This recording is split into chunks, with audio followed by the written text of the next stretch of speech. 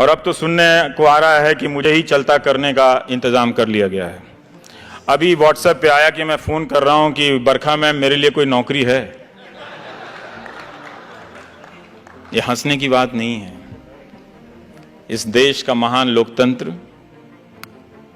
अगर एक पत्रकार को नहीं बर्दाश्त कर सकता तो उसके लिए शर्म की बात है। मैं गलत बोल सकता हूं, मैं खराब बोल सकता हूं, लेकिन आपने अगर मेरी हत्या की कामना की है तो वो शर्म की बात है। आपने मुझे उठाकर कहीं फेंकने की कामना की है तो वो शर्म की बात है। ये गांधी के देश में कभी नहीं हो सकता था।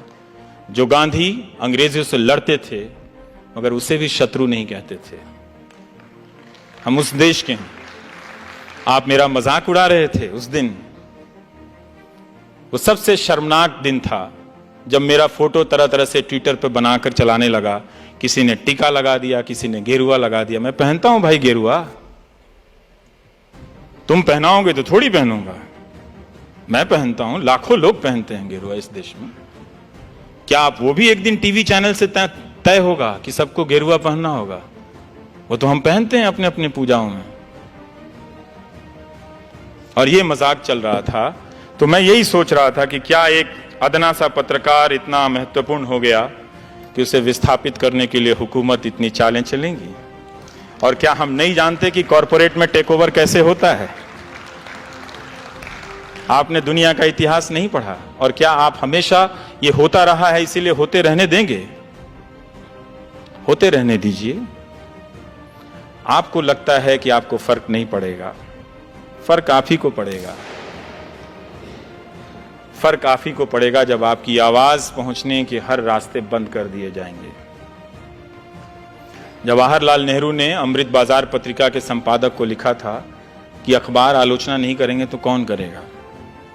मैं यहां इस हॉल में आ रहा था तो किसी ने उसका टेक्स्ट मुझे व्हाट्सएप किया था कि अखबार अगर आलोचना नहीं करेंगे तो सरकार की आलोचना कौन करेगा। सरकार की आलोचना करने पे बधाई मिलनी चाहिए। यह इसलिए महत्वपूर्ण है क्योंकि बाकी लोग नहीं करते हैं।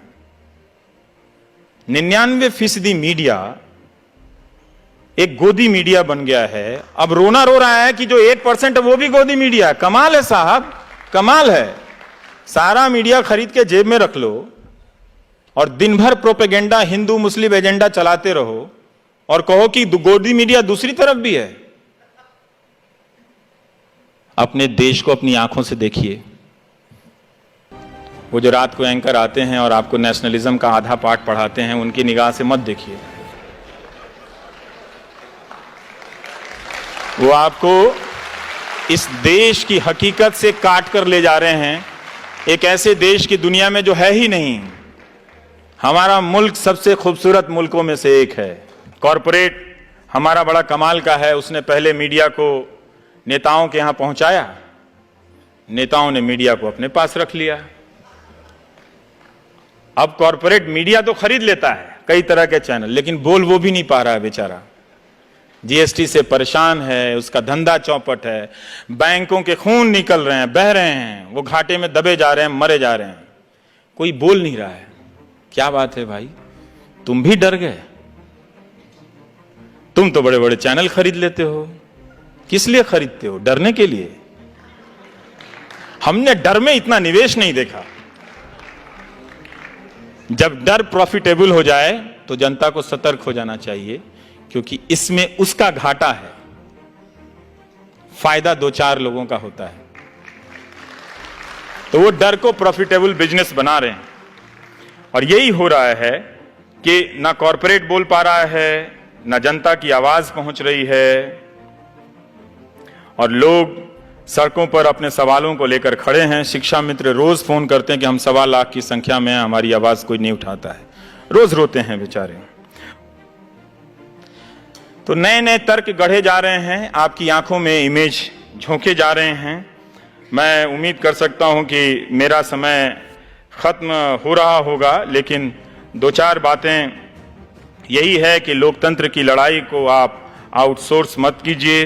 गांधी की तरह सत्य के रास्ते पे चलिए, क्योंकि हमारे देश में सच बोलने का इकोसिस्टम नहीं है। इसे हमें स्वीकार कर लेना चाहिए। और इस इकोसिस्टम को हमने नहीं बनने दिया है। जो भी जरा सा चलता है हम उसे पागल घोषित कर देते हैं। जो ईमानदार होता है, कोई कलेक्टर आ गया, वो ऑनेस्टी से काम करता है, उसी के रिश्तेदार बोलेंगे पागल हो गया। ये दुनिया बदल देगा क्या?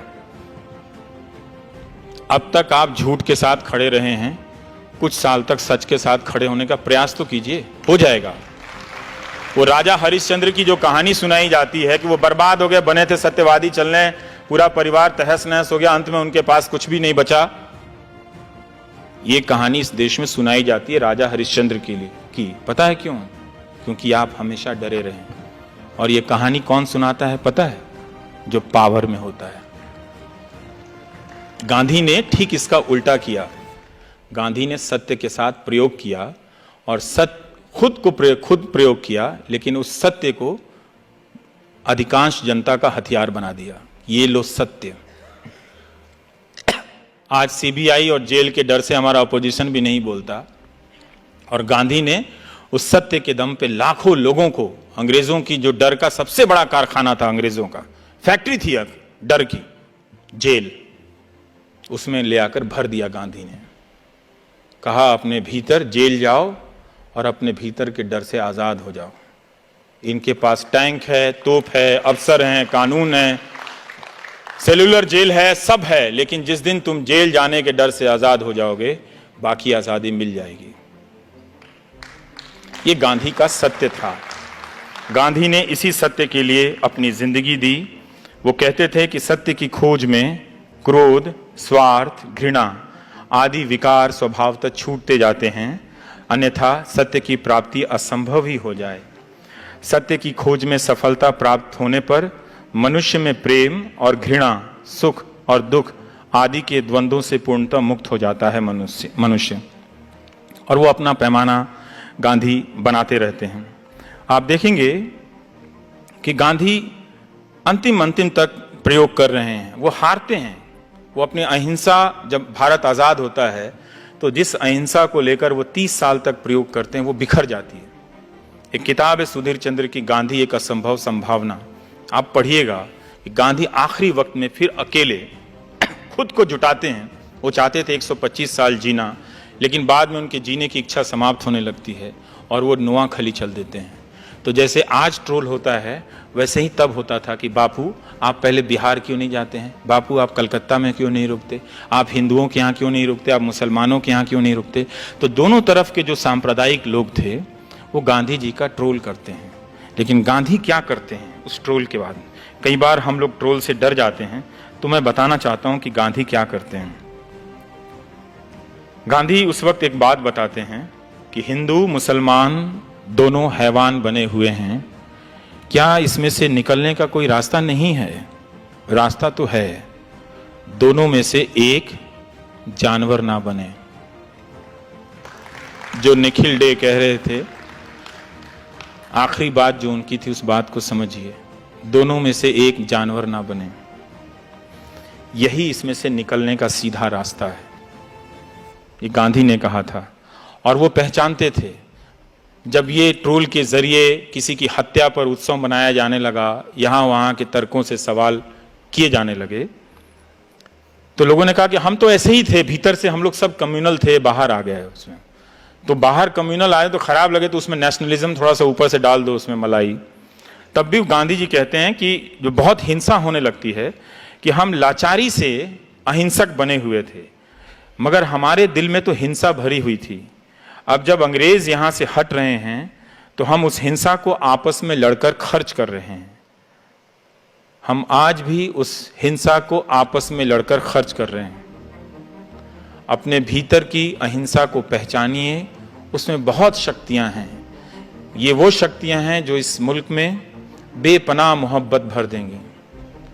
इस मोहब्बत के सहारे आप कम रोटी खाकर भी मुस्कुराएंगे, जनरल क्लास में भी चलकर मुस्कुराएंगे। ये मोहब्बत नहीं रहेगी तो बुलेट ट्रेन में भी आप डरे रहेंगे कि कोई मुहर्रम या विसर्जन के समय पत्थर तो नहीं फेंक देगा।